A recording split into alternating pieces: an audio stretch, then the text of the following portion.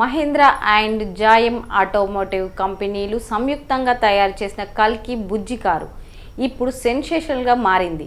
ఓ cinema కోసం ఇలా రెండు కంపెనీలు భాగస్వామ్యం అయి తయారు చేయడం అన్నది ఇదే తొలిసారి.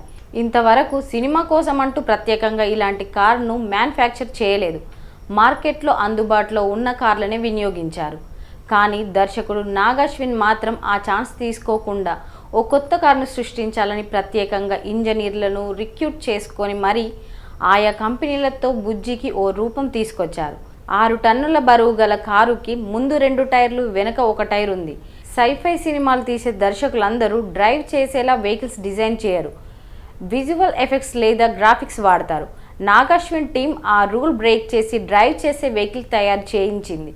గతంలో కల్కి సినిమా మొదలుపెట్టినప్పుడు కల్కి డైరెక్టర్ నాగ్ అశ్విన్ మహేంద్ర అధినేత ఆనంద్ మహేంద్రని కలిసి ఈ సినిమా కోసం స్పెషల్గా వెహికల్స్ కావాలి అని అతను నచ్చినట్టు డిజైన్ చేయించుకున్నాడు.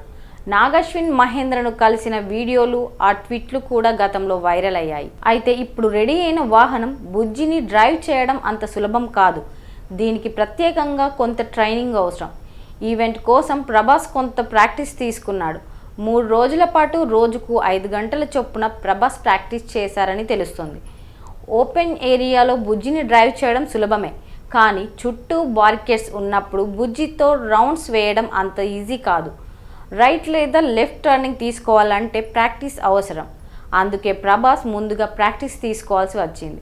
ఇక బుజ్జి తయారీకి అయిన ఖర్చు పైన కూడా ఇప్పుడు చర్చ మొదలైంది.